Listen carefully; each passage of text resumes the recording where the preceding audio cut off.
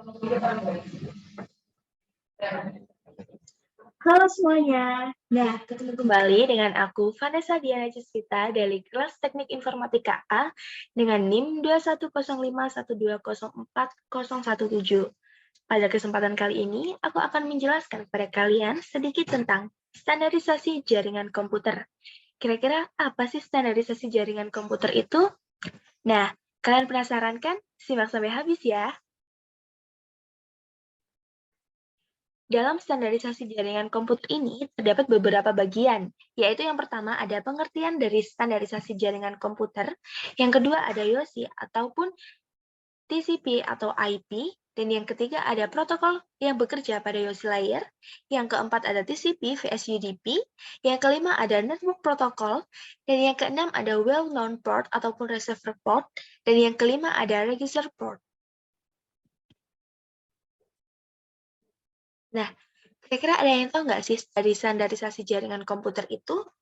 Nah, ini dia pengertian dari standarisasi jaringan komputer.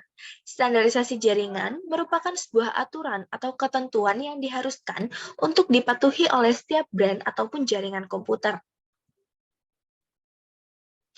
Nah, kira-kira perbedaan YOSI dengan TCP atau IP itu apa sih? Nah, YOSI sendiri ataupun yang disebut model YOSI merupakan model logis dan konseptual yang mendefinisikan komunikasi jaringan yang digunakan oleh sistem yang terbuka untuk interkoneksi dan komunikasi dengan sistem lain. Lalu, interkoneksi sistem terbuka atau yang disebut dengan model YOSI juga mendefinisikan jaringan logis dan secara efektif menggambarkan transfer paket komputer dengan menggunakan berbagai lapisan protokol. Selanjutnya, ada TCP atau IP. Nah, TCP atau IP ini merupakan singkatan dari Transmission Control Protocol ataupun disebut Internet Protocol. Ini secara khusus dirancang sebagai model untuk menawarkan aliran bit yang sangat andal dari ujung ke ujung melalui Internet work yang tidak dapat diandalkan. TCP atau IP ini membantu menentukan bagaimana komputer tertentu harus terhubung ke internet dan bagaimana dapat mengirimkan data di antara mereka.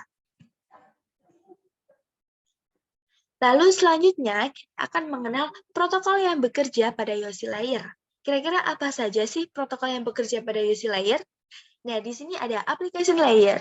Application layer ini merupakan interface yang berfungsi sebagai penghubung antara user, pengguna, dan komputer.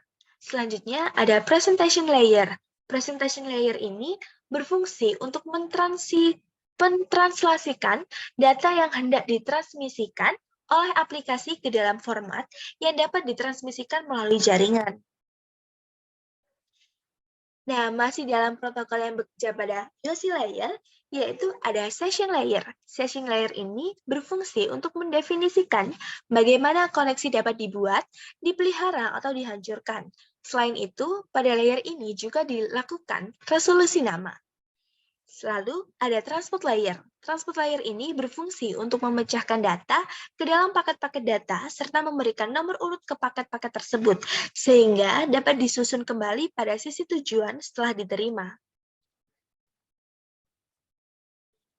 Nah, selanjutnya ada network layer. Network layer ini berfungsi untuk mendefinisikan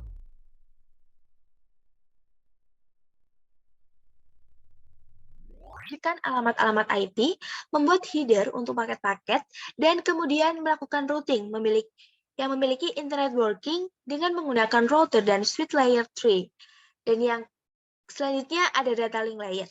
Nah, pada lapisan ini berfungsi untuk menentukan bagaimana bit-bit data dikelompokkan menjadi format yang disebut dengan frame. Nah, masih dalam protokol yang bekerja pada YOSI layer, yang terakhir ada physical layer. Lapisan ini berfungsi untuk mendefinisikan media transmisi jaringan, metode penyisalan, sinkronisasi bit, arsitektur jaringan, topologi jaringan, dan pengabelan. Lapisan ini tidak mempunyai protokol yang spesifik, karena pada layar ini hanya mengirimkan bit-bit data.